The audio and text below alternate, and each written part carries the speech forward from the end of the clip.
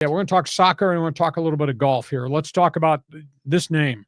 Because I cover everything, including the English Premier League, this name he is a great player. His name is Harry Kane. He played forever in the English Premier League, and he wound up going to Germany as a free agent on a transfer, plays for Bayern Munich.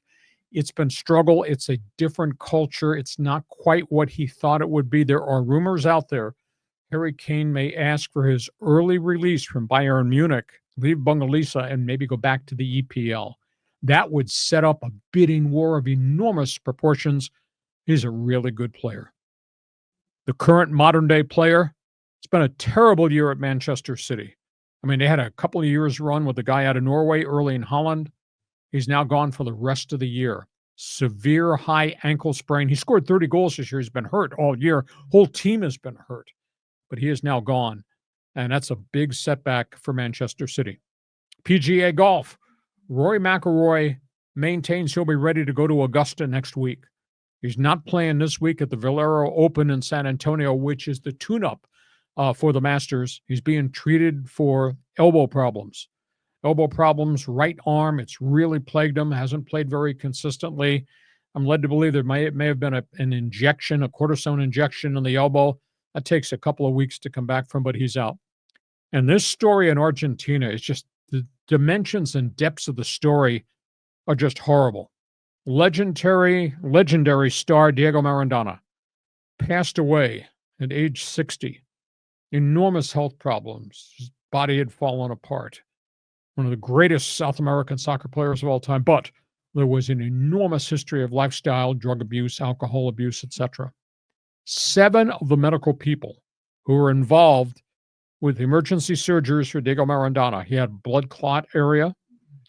They solved that. Then he had a stroke, more heart problems.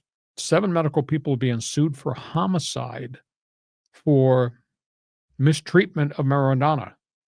Well, these people have been paraded across the stand, been vilified by the national media in South America because it was Maradona. Autopsy reported that Diego Maradona at age 60 had a massive enlarged heart, twice the normal size. Oh my God. And that came from lifestyle more than anything else. Yeah. He had a terrible blood oxygen hemoglobin problem. That comes from lifestyle.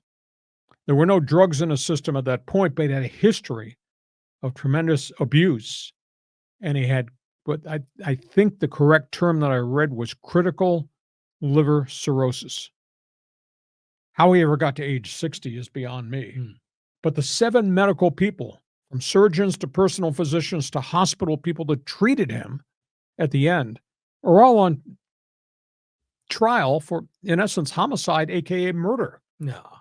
A different society, obviously, in South America or in Argentina, but just a horrible story. But, I mean, I've watched him as a star. He was phenomenal. He carried the flag of soccer for Argentina, for South America, forever and ever. But at the end of the day, we also knew who he was, how he acted, and what he did, and all of his lifestyle caught up to him.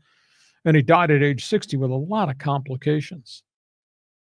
But boy, for them to drag all those doctors in and put them on trial for, quote, homicide, where the autopsy report said, this is what's wrong with this guy. It's an amazing story. Okay, John, you want to talk soccer? You want to talk golf? Go ahead. Yeah, I think Argentina thinks of him as a national hero. You know, it couldn't be his fault, you know, that all the booze and the alcohol and everything else. But when I saw that story, you know, I mean, it's a tragic way to end your life, but I wasn't surprised, you know, because I knew he, you know, had an active lifestyle.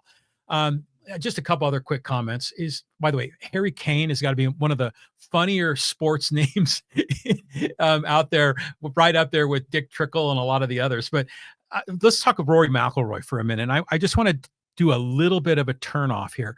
The Valero Open is this weekend, and some friends of ours, their son qualified and is going to be in this tournament, you know, so we're really excited. This young man's name is Patrick Pockles, and he went to Cal State Long Beach, was on the golf team there, and he had been working hard, as a golf pro, and then kind of working his way up, and he finally got, the invitation. So he's going out to the Valero Open. His parents are flying in to watch him, and so we're just real excited to see how he does. That's cool.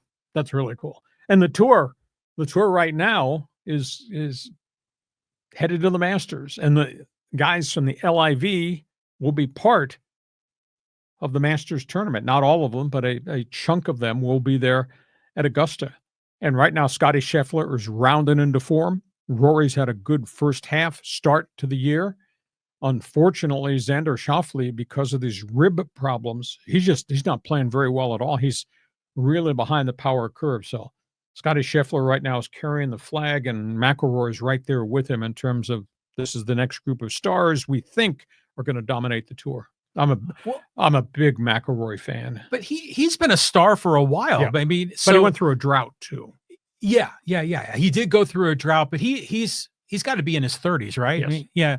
So he's not one of the super young guys, but it's still, Scheffler and McIlroy are great golfers, but you just wish, we had all of those other big time guys, but they'll be there for the Masters, right? Yeah, the ones that have qualified, they will be there. Some of those guys, though, they're not playing very well. They're playing in the LIV. A, nobody's paying attention. B, nobody's winning any of those tournaments.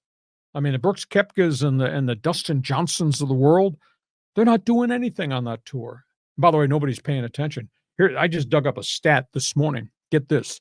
Last week, the TPC, the final round, average viewership, 6.2 million for the final round of the TPC at Sawgrass.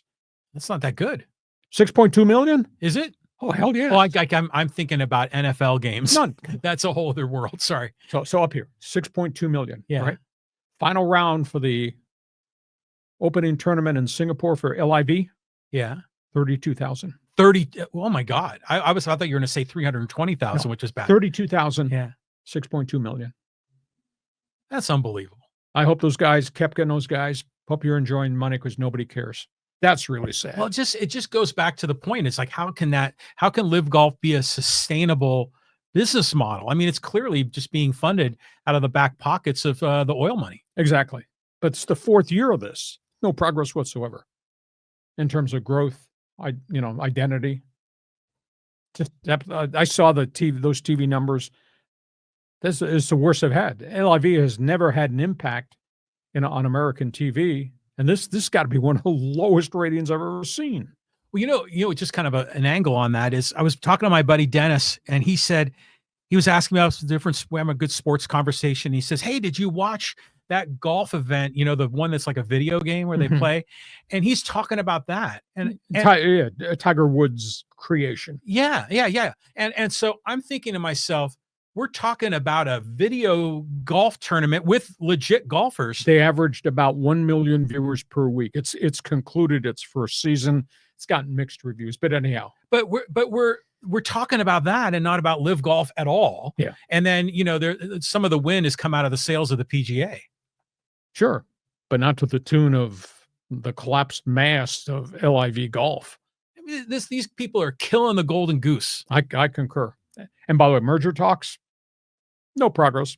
Yeah, they're killing it. Okay, all things. We put a lot of topics on the table. We do sports talk the way it should be done. Stop laughing. Damn good.